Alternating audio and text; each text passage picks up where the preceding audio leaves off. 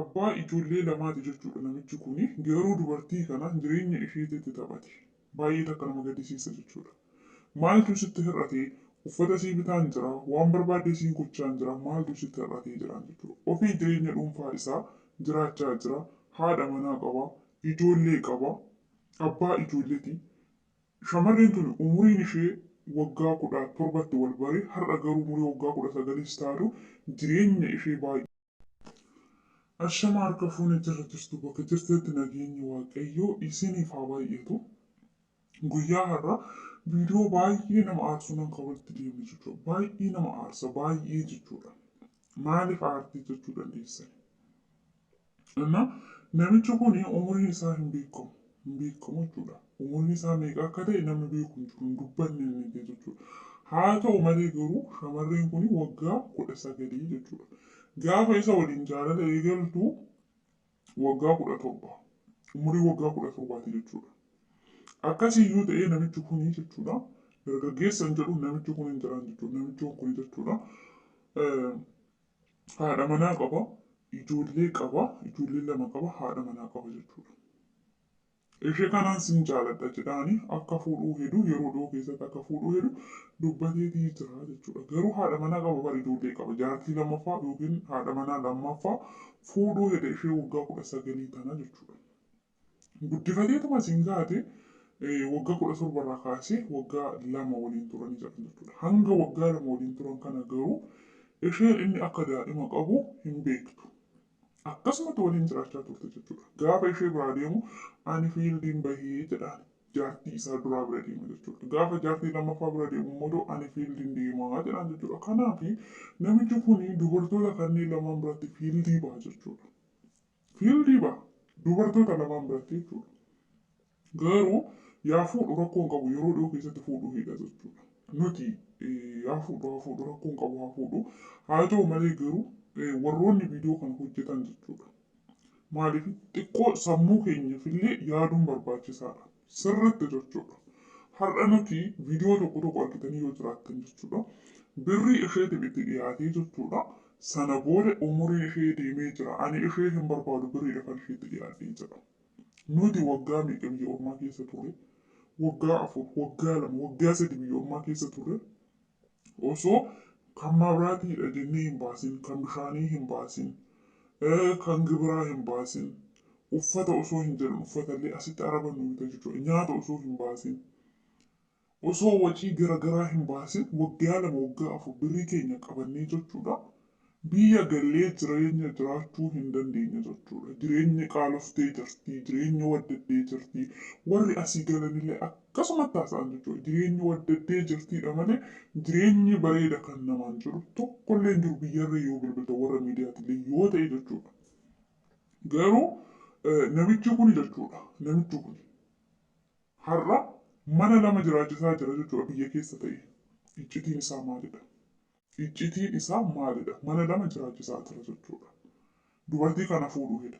Gaafa isheen tuni abbaa manaa koo gadi naa dhiisii. Abbaa ijoollee 2tiif bira hin gahinii jettee gaafa isheen dubbattu ishee kanaan inni maal jedheeni maaliin sitti hir'ise waan barbaadu siin gochaan jira. Uffata sii bitaan jira. Waan barbaadde siif ta'aan jira. Maal dhabdee jedheen jechuudha. Walumaa galatti birriidhaan boonaa jira jechuudha. Dubartii kana biyya keessa taa'eeti bar. Biyya keessa taa'e. Akka barbaaddetti ishee jiraachisa jechuudha. Biyya keessa jira inni garuu. Viidiyoon kana gaafa dhufu namni kun haala akkamitti akka mana 2 jiraachisaa jiru.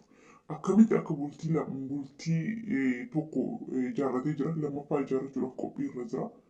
Namni har'a daa'ima tokko guddifachuudhaaf jireenya itti qaaloftee jirti bar. Jireenya itti ulfaattee jirti. Daa'ima tokko guddifachuudhaaf namni rakkataatii jira jechuudha. Inni garuu dubartii 2 fuudhee dubartii 2 jiraachisaa jira jechuudha. Kanaaf yeroo dhiyoo keessa sargeedhaan fuudhaanii naaffaa miti jechuudha. Inni naafni garuu tamukuroo jara kana maaliif nuuf hin qoonnedha? Nuuf qooduu qaban. Seenaa jaalala isaanii jalqaba irraa hanga dhumaatitti hin dhaggeeffanna. Garuu mootu namni kuni akkamitti mana 2 jiraachisaa jira? Maal hojjeteeti? Biyyuma Itoophiyaa keessa jira, biyyuma jireenyi itti waddaddeedhaan san keessa jechuudha. Ani yoon achi ilaalu jechuudha. Yoon achi ilaalu jechuudha. Yeroo ammaa kana keessatti xoorinati jira biyya keenya keessaa lolatu jira jechuudha. Kanaaf dhiironni jechuudha. Dubartoonni gara fuulduraa ni baay'atanii dhiirri wal hanqataa jecha jedhanillee waan yaadan fakkaata jechuudha. Sababiin isaa dhiironni baay'een gara xoorinati kanaa deemanii lubbuu isaanii kan dhaban kan achitti hafanillee jiran jechuudha. Kanaafiyyuu dhiirri tokko dubartiin lama fuudhee yoo jiraate yookiin lamaa ol fuudhee yoo jiraate rakkoo hin qabu jedhanii yaadaa jiran fakkaata jechuudha. Akkas fakkaata dubbiin bara kanaa jechuudha. Kanaaf kun nun as maamma'u garuu nun as maamma'u maaliif sirrii miti waan ta'eef jechuudha. Haa ta'u malee garuu tamokkiroo jara kana osoo nuuf qoodanii ana baay'ee natti tole jechuudha. Jireenya qaalofte jireenya waddaddeedha. Inni garuu maal dhabdee waan barbaade siifan godha jedheeti kan dubartii kanaa deebi'ee isheedhaan lolu jechuudha. Jechuun bakka dubartiin takka waan barbaadde jechuun qarshii uffata bituu fi waan akkasii yoo isarraa argatte yoo dhiira tokkorraa argatte bakka jireenya ishee guutamee fi jira jechuudha. Akkasitti yaadan dhiironni tokko jechuudha. Garuu baay'ee na gaddisiisee salphaa dubbachuudhaaf maal fudhattanii har'aa bultii qaba, haadha manaa qaba. Ishee kana garuu jireenyaan ta'uuf dhugaa dubbachuudhaaf abbaa ijoolleeti waan ta'eef jireenya isheedhaaf hin ta'u. Har'aaf garuu fedhii yerootiif jecha dubartii kana yookiin mucayyoo kana itti taphatee ishee gatuudhaaf yoo ta'e malee dhugumaan dhugaatti jireenya isheedhaaf hin ta'u. Jireenya qaba, bultii qaba, mana qaba waan ta'eef. Sijjammaar dubartoonni jechuudha. Dhiirri tokko gaafa sababa garaagaraa waaqisu, gaafa bilbila kaasuu didu, rakkina qaba dhiirri sun jechuudha. Rakkina guddaa qaba jechuudha. Yeroo ati barbaaddeef bilbila siin kaasu yoo ta'e, yeroo ofii isaatii barbaade malee. Sababa garaagaraa baay'isa yoo ta'e, dhiirri sun jireenya dhuunfaa isaa qaba takka hiriyaa qaba lama sadaffaa si soba yeroodhaaf sitti fayyadamaa jira jechuudha. Shakkuu qabda gaafa sana. Malee na taraddaatii jedha hin qaana'uu barsanu na hubatti na taraddaatii. Inni gaafa ishee bira jiru bilbiluu fi hin danda'u waan ta'eef hojii irra hin jira jedhee ishee kana sobachuudha. Gaafa kana bira deemuuti isheedhaan hojii irra hin jira jedhee ishee kana sobachuudha. Hubannoon hin jiru. Hojii isaa beekuu qabda, baruu qabda. Sa'aatii inni itti hojii irra ta'u baruu qabda, adda baafattee jechuudha. Malee nan amana naaf amanama inni dubartii bira hin deemu inni na hin sobu inni anaaf nama dhugaati jechuun dur hafe jechuudha. Dur bara durii bara bilbilli hin jirre san jechuudha. Bara saniyyuu namoonni afaan hin soban laal yeroo saniyyuu jechuudha. Sobni numa jira bara nama shawwatu numa jira yeroo isaanillee jechuudha. Na garuu akka ammaa bilbilaan hin baay'anne jechuudha. Yeroo sanis yoo ta'e namni erga barbaade namni deemu inuma danda'a. Namni isa dhowwu hin jiru. Garuu akka har'a bilbilaan si attaallalu kanaa miti. Har'a garuu takka waliin jiraachaa ishee kana mootu sobaa jira. Xiqquma ishee kan sammuun dhala namaa hin yaadne, xiqquma ishee kan yaaduu hin dandeenye, fedhii dhuunfaatiif qofa kan jiraatu. Har'a osoo ilmoollee qabaachuu baate homaa miti jechuudha. Dhala qaba boru dhalli isaa kun maal akka ta'u hin beeku. Wanta boru ilmoo isaa kana irratti raawwatamuu hin barbaanne har'a deebi'ee nama biroo irratti raawwata jechuudha. Fuudhee jireenya isheedhaaf hin ta'u akka isheen nama biroo waliin hin jiraanne biddeen ishee cufaa jira jechuudha. Maaliif jiraachuu hin dandeessu isa jaalatteertu waan ta'eef iyyuu. Kanaaf jaalallee keessaa amma booda jechuudha amma booda nuuf amanamaadha jettanii adabattanii taa'uu osoo hin taane karaa garaagaraatiin amala isaa haala isaa baruun dirqama nuti ta'a jechuudha. Yeroo ammaa kana keessatti faashinii ta'ee jira bakka faashina. Namni tokko irratti jaalachuu, tokko irratti deemuu, waan garaagaraa gochuun akka waan badaa tokkootti hin ilaalamu jechuudha. Har'a qarshiidhaan nama jiraachisuu fi kan biraa waan biraati jechuudha. Kan biraa waan biraati. Qarshiidhaan ishee attaallalee jechuudha. Maaliif dadhabbinnaa cinaa ishee jiru argee qarshiidhaan maalin sitti hir'ise kuni jireenyaa miti isheenis boru gaa'ila dhaabbattee ilmoo argachuu ni barbaaddi. Ijoollee argachuu ni barbaaddi. Mana dhuunfaa fi mana tokko dhaabbattee abbaa manaa ishee waliin jiraachuu barbaaddi jechuudha. Borus inni gaafa jireenya eegalee ishee waliin akkanumatti gaafa san bira deemu fiildidha jedhee ishee sobachuudha. Kanaaf dubartoonni keenya hin amanna jennee nama san waliin jiraachuu qofa osoo hin taane amanuun akkuma ta'etti osoo ta'ee jiru garuu haala nama sanii sirriitti keessa gadi bu'anii beekuun barbaachisaadha.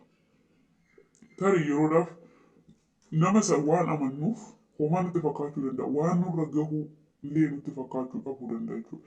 Miidhama har'a namoota biroo irratti arginu nurra waan gahu nutti hin fakkaatu. Garuu dhukkubbii gaafa nurra gahe kan arginu. Salphaa miti garuu waggaa lama nama sobanii nama waliin jiraachuun salphaa miti jechuudha. Ishee tana itti fakkeessi jireenya isaa jiraachaa jira ilmoo qaba isa wanti inni itti hir'ate hin jiru jechuudha. Ishee kana garuu nama biroo osoo namoota barbaadan namoota jireenya ishee barbaadan namoonni hedduun osoo jiranuu inni garuu anaaf nama dhugaati jettee isa waliin jiraatti yeroo isaa isa waliin gubaatii jirti. Kan argine hundumtuu namni hundi nama jireenyaaf nuu ta'uu miti. Kan nutti dhiyaate jechuudha. Keessattuu gaafa amala garaagaraa nutti argisiisaa deeman. Gaafa bilbila kaasuu irratti rakkoo uumaa deeman. Sa'aatii ofii barbaadanitti malee sa'aatii kanatti bilbila kaasuu naaf hin mijatu gaafa jechuu eegalan nama san dhibbatti shakkuun dirqama nutti ta'a jechuudha.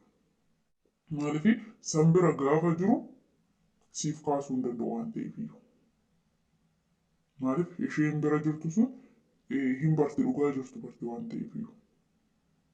Nuti garuu inni aayee hojiirra jira jennee nama san amannee waliin teenyee guyyaa tokko garuu mardoo dhageenyaa jechuudha. Gadda dhageenya jechuudha. Baay'ee takka nama dhiba. Baay'ee takka nama gaddisiisa. Hanga fedhee yoo ta'e namni biyyaansi obboleettii qaba. Dubartii jechuun obboleettii isaatii, haadha isaatii, haadha manaa isaati. Har'a gochi inni deebi'ee ishee irratti raawwachaa jiru sirrii miti. Uffanni har'a isheedhaa bitu bara isheen illee hojjettee bitachuu hin dadhabdu jechuudha. Garuu uffanni jireenya hin ta'u. Maallaqni har'a inni wayiin harkatti isheedhaaf kennu kuni isheedhaaf jireenya hin ta'u jechuudha.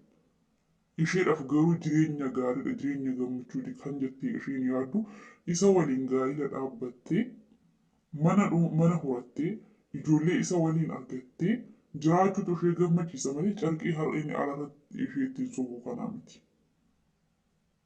Carqiidhaan ishee attaalalaa jira jechuudha. Kenna isheedhaa kennuudhaan ishee attaalalaa jira jechuudha. Walumaa galatti. Dadhabbina ishee argee jira yookiin hir'ina ishee san argee jira waan ta'eef. Yeroo ammaa kana keessatti dhiira dhugaa argachuu fi kamtu nama dhugaati nama dhugaa nama waliin jiraata kamtu sobaadha kan jedhan addaan baafachuun illee baay'ee tokko rakkoo ta'ee jira yeroo ammaa kana keessatti jechuudha.